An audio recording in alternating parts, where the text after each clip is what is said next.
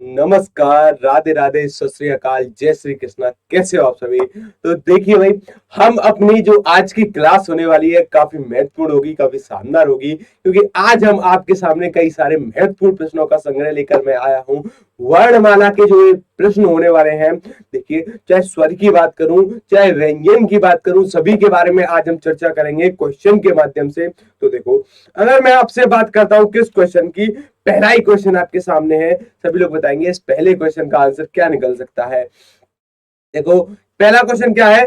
भाषा के लिखित रूप में बात बताते हैं किस प्रकार से? क्या बोलकर बताते हैं, क्या वो लिखकर बताते हैं, क्या वो ए और बी दोनों हैं, क्या वो इनमें से कोई नहीं है? फटाफट से बताएंगे कमेंट बॉक्स में इस क्वेश्चन का आंसर क्या होगा। और एक बार सभी लोग बताएंगे, क्या जो मेरी आवाज है वह प्रॉपर तरीके से आपके पास आ रही है या फिर प्रॉपर तरीके से आपके पास नहीं आ रही है? तो जी हाँ, कमेंट बॉक्स में इसका आंसर देंगे जी, और इस क्वेश्चन का भी आंसर छापेंगे कमेंट बॉक्स में। जी हाँ, एक बार सभी लोग बताएंगे, क्या जो मेरी आवाज है वह प्रॉपर तरीके से आपके पास आ रही है कि नहीं आ रही है? भाषा के लिखित रूप में बात बताते हैं किस प्रकार से, आपको ये बताना होगा। जी हाँ भाई, तो चलिए, अपना क्वेश्चन कहाँ गया? अपना क्वेश्चन ये रहा भाई। तो देखो, हमसे क्या कहा गया है? हमसे कहा गया है लिखित रूप। अब लिखित रूप की हमसे बात कही जाए और हम लिखकर उस बात को ना बताएं, तब तक क्या बात? तो हम बताएंगे लिखित रूप को हमेशा लिखकर। मौखिक रूप की बात करता तो उसको हमेशा बताते हैं बोलकर। मौखिक रूप की बात करता उसको हमेशा बताएंगे बोलकर। अच्छा, मैंने यहाँ से पेन का कलर चेंज किया, वरना आप सर के कमेंट आएंगे सर पेन का कलर हमको दिख ही नहीं रहा। चलिए, जी हाँ, तो कई सारे बच्चों ने इस क्वेश्चन का आंसर दिया है सही। जी हाँ, बिल्कुल बिल्कुल, जी हाँ भाई, बिल्कुल सही है आपका। आपका भी एकदम सही आंसर है जी। अच्छा देखो, अब देखो, हमसे कहा है भाषा। अगर मैं भाषा की बात करूं आपसे, क्या किसकी बात है भाई? भाषा। भाषा कौन सी भाषा है? अपनी हिंदी भाषा। कौन सी भाषा है? हिंदी भाषा। अच्छा, हिंदी भाषा में कितने शब्द हैं? हिंदी भाषा में है आपके लगभग 2 लाख शब्द। 2 लाख से अधिक शब्द होते हैं आपकी हिंदी भाषा में। और अगर मैं बात करूं कि इसमें 85% तक जो शब्द हैं वे हैं आपके हिंदी के तथा अन्य भारतीय भाषाओं के।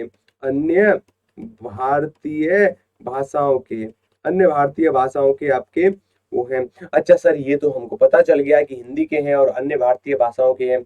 अच्छा जी, लेकिन लेकिन अगर मैं आपसे बात करूं किसकी, अगर मैं आपसे बात करता हूं कि 15% तक जो शब्द होते हैं वे होते हैं विदेशी शब्द। सर, लेकिन ये विदेशी शब्द हमारी हिंदी में कैसे आ गए? ये विदेशी शब्द का अपनी हिंदी में काम कहाँ से आ गया? देखो, जो कई सारे मुल्क है ना, उनके उन्होंने अपने भारत देश पर शासन किया है काफी। जैसे मुगल हो गए, अफगानी हो गए, अंग्रेज हो गए, इन सभी ने हमारे मुल्क पर शासन किया है। तो उनकी जो भाषा की झलक है वह हमको हिंदी में देखने को मिलती है। उसी का परिणाम है ये, उसी का परिणाम है 15% तक।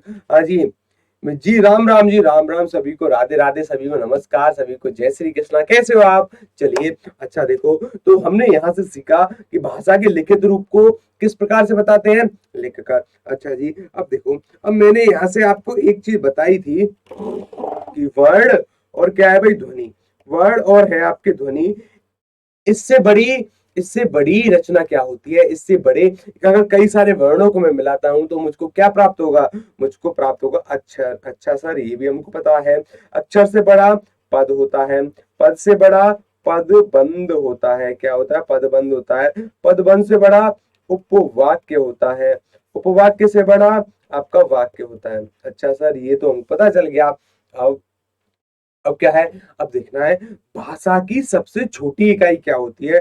भाषा की, अगर आपसे सबसे छोटी इकाई पूछता है कि भाषा की सबसे सबसे छोटी इकाई, सबसे छोटी इकाई, भाषा की सबसे छोटी इकाई क्या होगी? वह होगी वर्ण। और भाषा की सबसे बड़ी इकाई वह होगी आपकी वाक्य। क्या होगी? वाक्य होगी। अच्छा सर, ये तो हमको पता चल गया, ये तो आपने हमको पिछली कक्षा में भी बताया था। लेकिन पद का मैंने आपको एक अन्य नाम भी बताया था। पद को हम किस नाम से जानते हैं? पद को हम जानते हैं आपके शब्द के नाम से। किसके नाम से जानते हैं भाई? शब्द के नाम से जानते हैं, तो आपको याद होना चाहिए। अच्छा, अगले क्वेश्चन की अगर मैं बात करता हूँ, देखो भाई, भारत की राष्ट्रभाषा है? मोस्ट इंपोर्टेंट क्वेश्चन है, मोस्ट इंपोर्टेंट क्वेश्चन है। भारत की राष्ट्रभाषा क्या है? फटाफट से बताएंगे कमेंट बॉक्स में। भारत की राष्ट्रभाषा क्या हो सकती है इनमें से? उर्दू है, इंग्लिश है, अंग्रेजी है। तो देखो यहाँ पर अगर मैं बात करूं राष्ट्रभाषा की, किसकी राष्ट्रभाषा की, तो वो इनमें से कोई नहीं होगी। इनमें से कोई नहीं होगी। क्यों? राजभाषा अगर हमसे पूछता कि भारत की राजभाषा क्या है, तब वह होती क्या? तब वह होती हिंदी। तब वह होती हिंदी। क्यों? क्योंकि राजभाषा शब्द संवैधानिक है। राष्ट्रभाषा का कहीं पर उल्लेख नहीं मिलता है कि हिंदी भारत की राष्ट्रभाषा है। हिंदी भारत की राष्ट्र नहीं राजभाषा है। राजभाषा है हिंदी। अच्छा, अगर मैं हिंदी की बात करूं तो संविधान की जो अनुसूची है, जो अनुसूची है वह होती है 8। कौन सी है? 8 अनुसूची है। और यह 8 अनुसूची में आपकी 22 भाषाओं का उल्लेख मिलता है आपकी 8वीं अनुसूची में। और अगर मैं बात करूं आपकी किसकी, अगर मैं बात करता हूं कि अनुच्छेदों की, 343 से लेकर होते हैं 351 तक अनुच्छेद आपके। ये भी चीज आपको पता होनी चाहिए। अगर अनुच्छेद 351 की मैं बात करूं, 351 में क्या है? 351 में है आपके हिंदी के लिए जो भी हिंदी के विकास के लिए जो भी कार्य होंगे वे होंगे आपके 351 के तहत। अच्छा सर, ये भी चीज हमको पता है। अच्छा, तो यहां से आपको पता चला हिंदी भारत की राजभाषा है, ना कि राष्ट्रभाषा। क्योंकि हिंदी में कई विभिन्न विभिन्न प्रकार की भाषाएं हैं। द्रविड़ में मलयालम, तेलुगु, कन्नड़, उड़ीसा। और अगर अच्छा माफ चाहूंगा, और अगर मैं अपने पूर्वी राज्यों की बात करूं, असमिया और मणिपुरी, ये सभी आपकी भाषाएं होती हैं। तो हिंदी में राष्ट्रभाषा नहीं है, राजभाषा है, कामकाज की भाषा। एक और क्वेश्चन आता है आपका कि इंग्लिश को कितने वर्षों के लिए प्रयोग करने का संविधान सभा के द्वारा निर्णय लिया गया था? तो ये है आपकी 15 वर्षों के लिए हिंदी का प्रयोग एज इट इज चलता रहेगा, ऐसा कहा था आपके संविधान सभा ने। अच्छा जी, और हिंदी और उर्दू, ये भी क्वेश्चन बनता है। हिंदी, देखो, अगर मैं आपसे बात करूं कि हिंदी की राजभाषा, सॉरी, भारत की राजभाषा बनने के लिए कौन कौन सी भाषाएं थी आपकी, तो हिंदी थी, उर्दू थी, एक थी आपकी हिंदुस्तानी। क्या थी? हिंदुस्तानी। तो हिंदी और उर्दू के जो विवाद था ना, वह आपका मुंशी आयंकर, क्या है भाई? मुंशी आयंकर, आयंकर, मुंशी आयंकर फॉर्मूले के द्वारा इनके विवाद को दूर कर लिया गया था। अच्छा, ये भी चीज परीक्षा में बनती है, यहां से भी क्वेश्चन बनने की संभावना होती है। अच्छा, क्वेश्चन नंबर अगला है आपके सामने। व्याकरण भाषा के बताता है क्या? नियम बताता है, या फिर काम बताता है, या फिर ए और बी दोनों है, या फिर इनमें से कोई नहीं? तो देखो, महत्वपूर्ण क्वेश्चन है। तो व्याकरण जो होती है ना, भाषा के नियम हमको बताती है कि भाषा आपकी किस प्रकार से हो सकती है। और अगर मैं व्याकरण की आपसे बात करता हूं, उससे पहले मैं आपसे बात करता हूं वर्णमाला की। मैंने क्या बात करी? वर्णमाला। अब ये वर्णमाला जो है आपकी, इसमें कितने वर्ण होते हैं? मोस्ट इंपोर्टेंट क्वेश्चन है ना, कि इसमें कुल वर्णों की संख्या, कुल वर्णों की संख्या क्या होती है? तो ये तो हम पढ़ ही चुके हैं, कुल वर्णों की संख्या। अब देखते हैं कि हमने पढ़ा क्या है। देखो भाई, अगर मैं बात करूं आपसे स्वर की, सभी लोग कहेंगे सर 11 होते हैं। अच्छा जी, व्यंजन की अगर मैं बात करूं कि व्यंजन कितने होते हैं, व्यंजन होते हैं आपके 33। कितने होते हैं? व्यंजन होते हैं आपके 33 व्यंजन होते हैं। इसमें अगर 33 व्यंजनों की बात करूं, तो देखो भाई, यहां पर मैं कहीं लिखने की कोशिश करता हूं। 33 व्यंजन किस किस प्रकार से हैं? स्पर्श, स्पर्श व्यंजन, स्पर्श व्यंजन मैंने लिखे। स्पर्श व्यंजनों की संख्या कितनी है? जी हाँ, फटाफट से कमेंट बॉक्स में बताएंगे। स्पर्श व्यंजन होते हैं आपके कितने? 25 होते हैं। का से लेकर मां तक होते हैं आपके स्पर्श व्यंजन।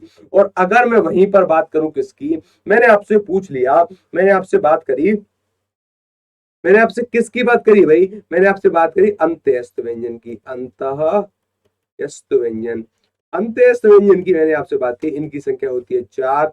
और अगर मैं आपसे बात करूं ऊष्म व्यंजन की, ऊष्म व्यंजन की अगर बात की, तो इनकी भी संख्या 4 होती है। अंत्यस्थ व्यंजन होते हैं या, रा, ला, वा।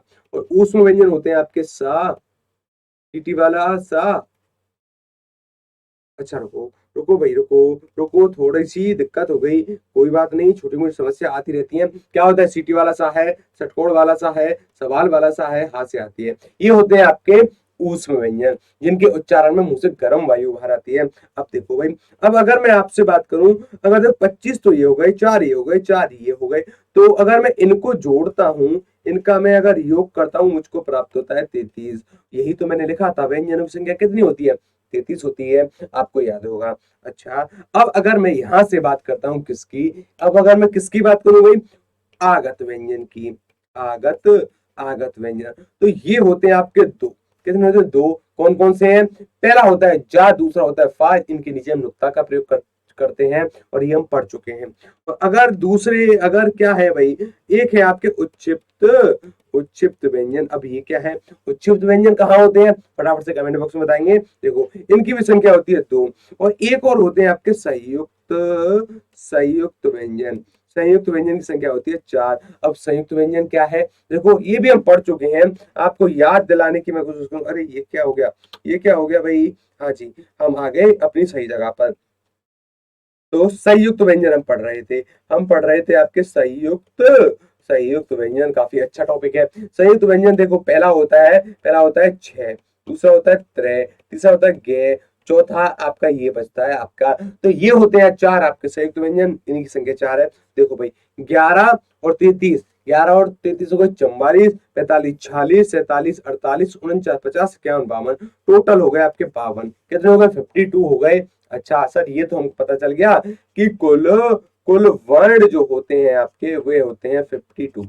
अच्छा, लेकिन कहीं पर ये क्वेश्चन आता है तो आप इसका आंसर करेंगे आसानी से। देखो भाई, और क्या है, और है आपका पुष्प में कौन सा शब्द है, फटाफट से बताएंगे। पुष्प, पुष्प कौन सा शब्द है, क्या है तत्सम है, क्या है तद्भव है, क्या देशज है, या फिर है ये विदेशज। अच्छा क्वेश्चन है, सभी लोग बताएंगे। देखो अभी तक, अभी शायद हमने, अभी हमने तत्सम और तद्भव पढ़े नहीं है, लेकिन लेकिन मैंने आपसे कहा था, कहीं पर भी अगर आपको कैसे शब्द दिखे, या फिर आपको देखो ऊष्म व्यंजन वाले सा,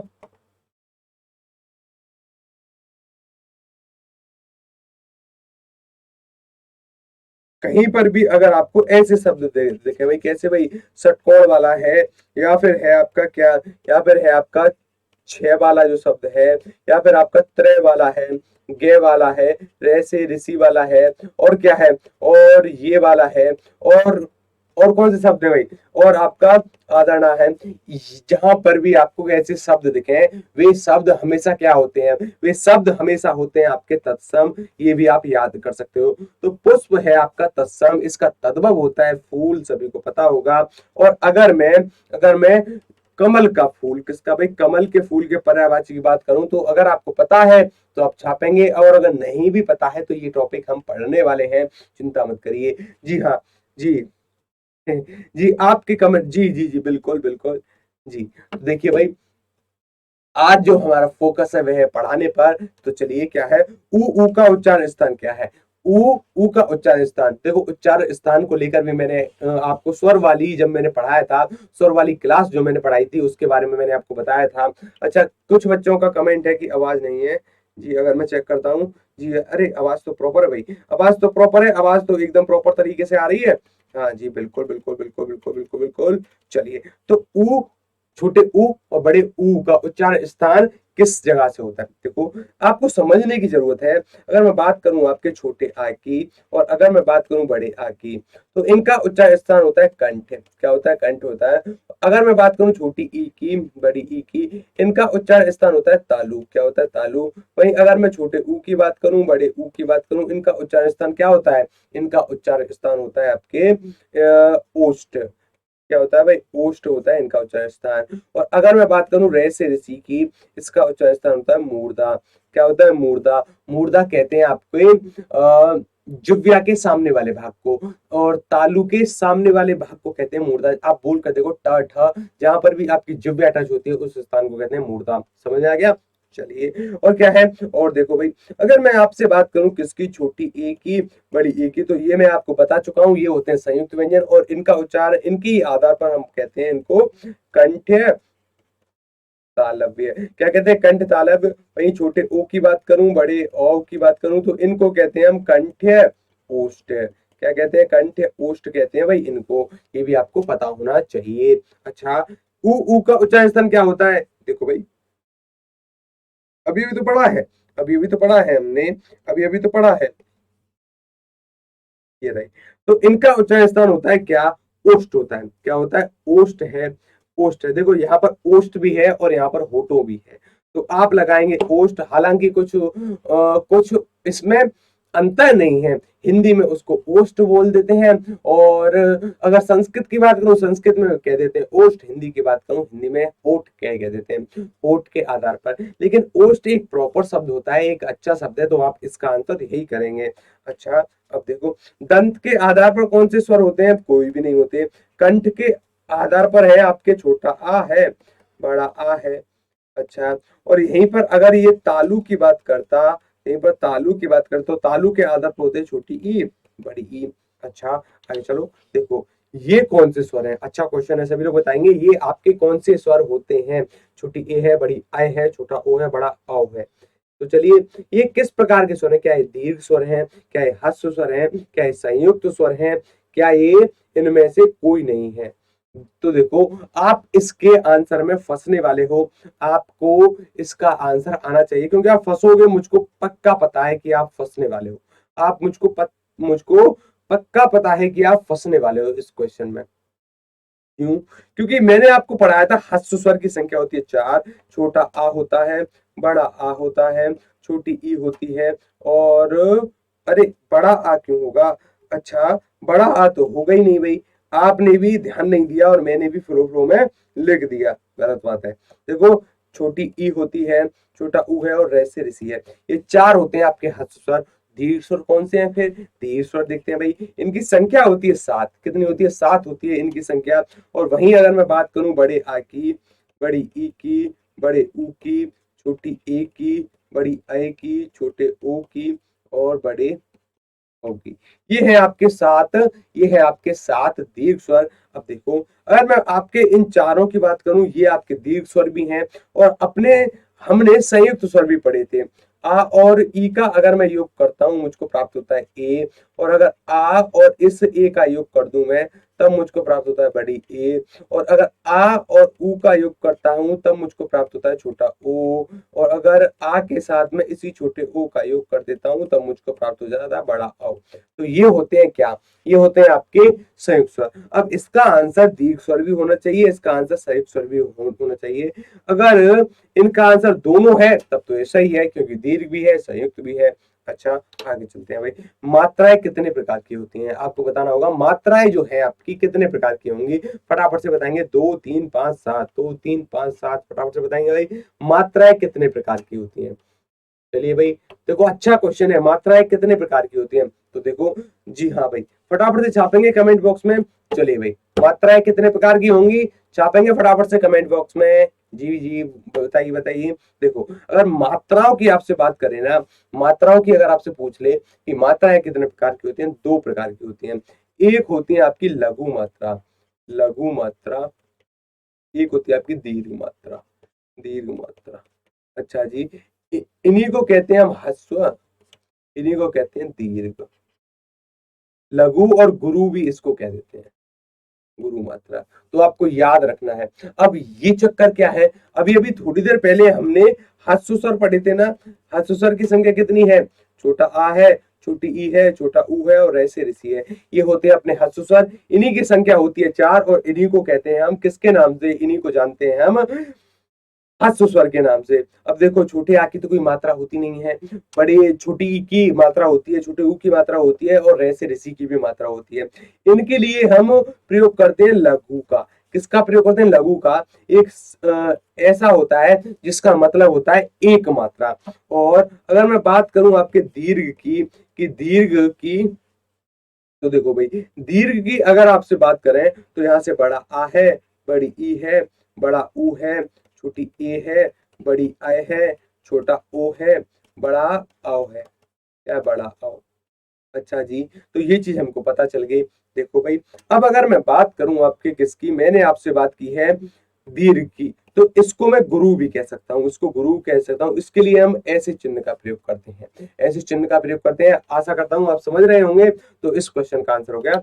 चलिए, हिंदी में व्यंजन वर्णों की संख्या कितनी है? अच्छा क्वेश्चन है, सभी लोग बताएंगे आपके व्यंजन वर्ण कितने होते हैं। या फिर अगर मैं कहूं आपसे कि आपके स्पर्श, एक मिनट,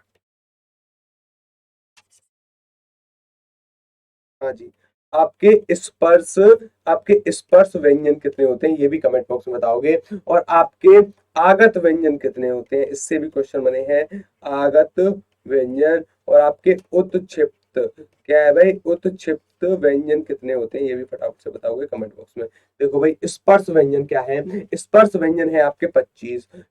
अब ये 25 कैसे हैं? देखो, अगर का वर्ग की बात करूं इसमें 5 आते हैं, चा वर्ग की बात करूं इसमें भी 5 आते हैं, टा वर्ग की बात करूं इसमें भी 5 आते हैं, ता वर्ग की बात करूं इसमें भी 5 आते हैं। कितने आते हैं? 5। पा वर्ग की बात करूं इसमें भी 5 आते हैं। यही तो है आपके स्पर्श व्यंजन। का वर्ग का पहला ही अक्षर है, पहला ही व्यंजन है का, और पा वर्ग का अंतिम व्यंजन है माँ। तो हम कह सकते हैं का से लेकर माँ तक के जो वर्ण होते हैं वे होते हैं आपके स्पर्श व्यंजन, जिनकी संख्या 25 होती है।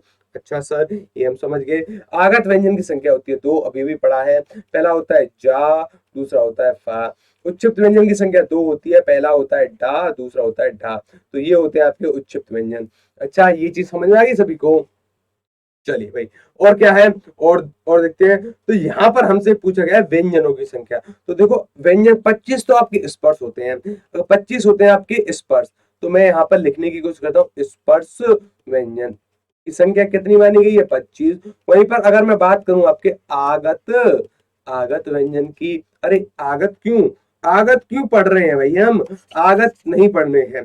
देखो, यहीं पर अगर मैं बात करूं आपके, यहीं पर मैं अगर बात करूं आपके किसकी, मैं पेन का कलर चेंज करता हूं। देखो भाई, अंत्यस्त व्यंजन की, अंतयस्त व्यंजन की, अंत्यस्त व्यंजन। देखो भाई, अंत्यस्त व्यंजन देखते हैं, इनकी संख्या होती है 4, या र लावा। और वहीं पर आपके जो ऊष्म व्यंजन होते हैं, जो ऊष्म व्यंजन होते हैं, इन्हीं की संख्या होती है 4। सभी को ऐड करो, मिलता है 33। यही तो है अपने व्यंजनों की संख्या। जी हाँ, कई सारे बच्चों का आंसर सही आया है, बहुत बहुत धन्यवाद आपका।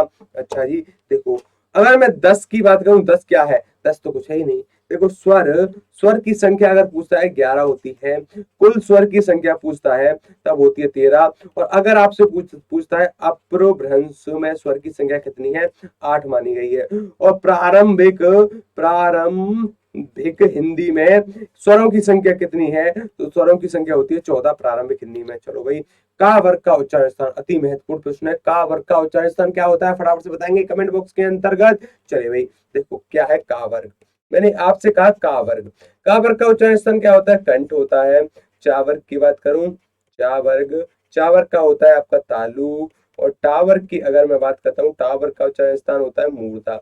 क्या होता है? मूर्धा। और वहीं पर पा वर्ग, सॉरी माफ करना, तावर्ग, तावर्ग की बात करूं, इसका होता है दंत्य। और पा वर्ग की बात करूं, पा वर्ग, इसका होता है ओष्ठ। तो ये है आपके आपके सामने उच्चारण के आधार पर। अच्छा जी, ये चीज हमने सीख ली। माफ करना, आज ना मेरा गला थोड़ा सा बैठा हुआ है, इसलिए मैं धीरे बोल रहा हूँ। आशा करता हूँ कि आप समझ पा रहे होंगे, क्योंकि तबीयत थोड़ी सी डाउन है, तबीयत थोड़ी सी डाउन है। लेकिन कोई ना, हम जल्दी स्वस्थ होंगे और जल्दी से आपके सामने वही उसी जोश के साथ आएंगे। आज भी जोश है, आज भी कम नहीं है। तो क्या है, आप भी काफी जिंदा दिली से पढ़ रहे हो, आपका भी स्वागत है, सभी बच्चों का स्वागत है। यह का वर्ग का उच्चारण स्थान। तो देखो भाई, का वर्ग की अगर मैं बात करूं, इसका उच्चारण स्थान क्या होता है? कंठ होता है। जी हाँ भाई, बिल्कुल बिल्कुल, यहाँ से आंसर सही है आपका, विकल्प नंबर डी में। अच्छा, मूर्धा तो होता है टावर, टा वर्ग। दंत की बात करूं, तावर्ग होता है। ओष्ठ की बात करूं, पावर्ग आपका होता है। ये भी आपको याद रखना है, ये भी आपको याद रखना है, परीक्षा में क्वेश्चन बन जाते हैं। अच्छा, देखो भाई, पावर्ग का उच्चारण स्थान, अरे फिर से वही क्वेश्चन आ गया जी, फिर से वही क्वेश्चन आ गया साहब। देखो, पावर्ग, हाँ भाई, अरे भाई, सभी को राधे राधे, सभी को नमस्कार, सभी को जय श्री कृष्णा, सभी को जय श्री राम। आज थोड़ा सा गला बैठा हुआ है, तो उसकी वजह से मेरी जो आवाज है शायद वह आप तक धीमी पहुंच रही होगी। कोई बात नहीं, आप आज अपने फोन का वॉल्यूम थोड़ा अप कर लेंगे। अच्छा, पावर्ग तो अभी अभी तो पढ़ा है। आप देखो, किसी भी व्यंजन के उच्चारण स्थान को याद करने से पहले उसको बोल कर देखो। क्या है, मैंने बोला पा, तो इसके उच्चारण में मुझको अपने ओष्ठ का प्रयोग करना पड़ रहा है, अपने होठों का प्रयोग करना पड़ रहा है। तो ये तो हो गया आपके ओष्ठ व्यंजन। इसके पा वर्ग में कितने व्यंजन है, 5 हैं। कितने हैं, 5, प फ ब भ म। तो 5 है, पांचों का उच्चारण स्थान होता है ओष्ठ। तो क्या होगा भाई, ओष्ठ क्या है अपना, ओष्ठ। दंत होता है ता वर्ग, कंठ होता है का वर्ग, ओष्ठ होता है पा वर्ग। क्या होता है, पा वर्ग। मूर्धा होती है आपकी टा वर्ग होती है मूर्धा। अच्छा, ये चीज समझ में आ गई। अच्छा, अगर समझ में आई है तो बताएंगे। तो वो टा वर्ग, फिर से वही क्वेश्चन आ गया, टा वर्ग का क्या होता है, मूर्धा होती है। अच्छा, टा वर्ग का होता है तालु, पा फा बा बा मा। अच्छा, ये पा फा बा बा मा, ये पा वर्ग के 5 व्यंजन आपके सामने, इनका उच्चारण फटाफट से बताएंगे कमेंट बॉक्स में। चलिए भाई फटाफट से इसका आंसर दीजिए, क्योंकि ये भी हम अभी पढ़ चुके हैं। फटाफट से, जी हाँ, जी हाँ, मैं आपके आंसर देख रहा हूँ, हाँ जी बिल्कुल। क्या बात है आपकी अलग ही चैट चल रही है, बहुत बढ़िया, बहुत सुंदर भाई, बहुत सुंदर। जी हाँ, तो वो क्वेश्चन नंबर 5 का, क्वेश्चन नंबर, अरे 5 कह रहा हूँ, इस क्वेश्चन का आंसर देंगे। इस क्वेश्चन का आंसर क्या होगा, पावर का होता है ओस्ट। कई सारे बच्चों का बिल्कुल सही है, बहुत बहुत स्वागत है। देखो, जो आपका यूपी पुलिस कांस्टेबल है ना, उसमें इस प्रकार के क्वेश्चन बनते हैं अधिकतर, तो हर एक प्रश्न आपके लिए महत्वपूर्ण है। चलिए, अंत्यस्थ व्यंजन कितने प्रकार के होते हैं, अंत्यस्थ, अंत्यस्थ व्यंजन। अब सबसे पहले जानो अंत्यस्थ व्यंजन होते क्या हैं, ये हम पढ़ भी चुके हैं और हम फिर से पढ़ रहे हैं।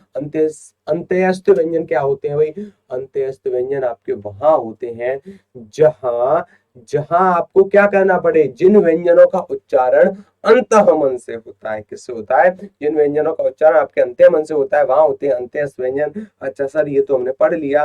और अगर मैं आपसे बात करूं किसकी, अगर मैं बात करूं अंत्यस्थ व्यंजन की संख्या, इनकी संख्या होती है 4। पहले होते हैं य, र, ल, व, ये 4 होते हैं आपके अंत्यस्थ व्यंजन, जो कि आपको पढ़ने होते हैं। अच्छा सर, ये तो हमने पढ़ लिए। अच्छा, तो इनकी संख्या हो जाएगी 4। कितनी हो जाएगी, इनकी संख्या हो जाएगी आपके 4। अच्छा सर, ये हमको पता चल गया। अब देखो भाई, अब है इनमें से कौन सा संज्ञा से बना हुआ विशेषण है। आपको ये सब देखो, ये टॉपिक अभी हमने किया नहीं है, तो आप इस क्वेश्चन को स्किप भी कर सकते हो, या फिर इस क्वेश्चन का अगर आपको आंसर पता है तो आप दे सकते हो। क्योंकि जब मैं आपको संज्ञा पढ़ाऊंगा ना, जब मैं आपको संज्ञा पढ़ाऊंगा, आप यकीन मानिए एक भी क्वेश्चन आपकी पहुंच से बाहर नहीं होगा। एक भी क्वेश्चन विशेषण में अगर पढ़ाऊंगा, एक भी क्वेश्चन आपकी विशेषण से बाहर नहीं होगा। आपको हर एक क्वेश्चन का आंसर आएगा, ये मेरा वादा है आपसे। अच्छा जी, क्या है भाई, देखो, अभी के लिए बस थोड़ा थोड़ा सा जान लो, कौन सा संज्ञा से बना हुआ विशेषण है। विशेषण किसको कहते हैं, जिसका उच्चारण आपका जो संज्ञा शब्दों की विशेषता बताता हो, जो संज्ञा अथवा विशेषण, देखो मैं लिखकर आपको बताता हूँ, जो संज्ञा अथवा सर्वनाम, क्या है भाई, सर्वनाम, जो संज्ञा अथवा सर्वनाम की विशेषता बताने वाले शब्दों को कहते हैं विशेषण। ये होते हैं 4 प्रकार के। पहला क्या बनता है, पहला बनता है गुणवाचक, दूसरा बनता है संख्यावाचक, तीसरा बनता है आपका परिमाणवाचक, चौथा बनता है आपका सार्वनामिक। अच्छा, आशा करता हूं आप समझ पाए होंगे। देखो, अब कुल की बात करूं, ये बना है कुल में आपके प्रत्यय जोड़ने से, नमक, नमक है, कृपा है, जाति है, तो ये तो तीन हो गए संज्ञा, ये तो तीन हो गए संज्ञा। ये हो गया आपका विशेषण, क्या हो गया, ये हो गया आपका विशेषण। तो यहाँ से इस क्वेश्चन का आंसर, जी हाँ भाई, कई सारे बच्चों ने बिल्कुल सही आंसर दिया है, ए। आपका बहुत बहुत शुक्रिया। अच्छा, देखो आगे चलते हैं। देखो भाई, इनमें से कौन सा संज्ञा से बना हुआ विशेषण है, आपको बताना होगा। संज्ञा से बना हुआ विशेषण कौन सा होता है, फटाफट से बताएंगे सभी लोग। और देखो अभी क्या है, अभी आपकी दीपावली आने वाली है, तो मेरी मेरी तरफ से आपको दीपावली की हार्दिक शुभकामनाएं।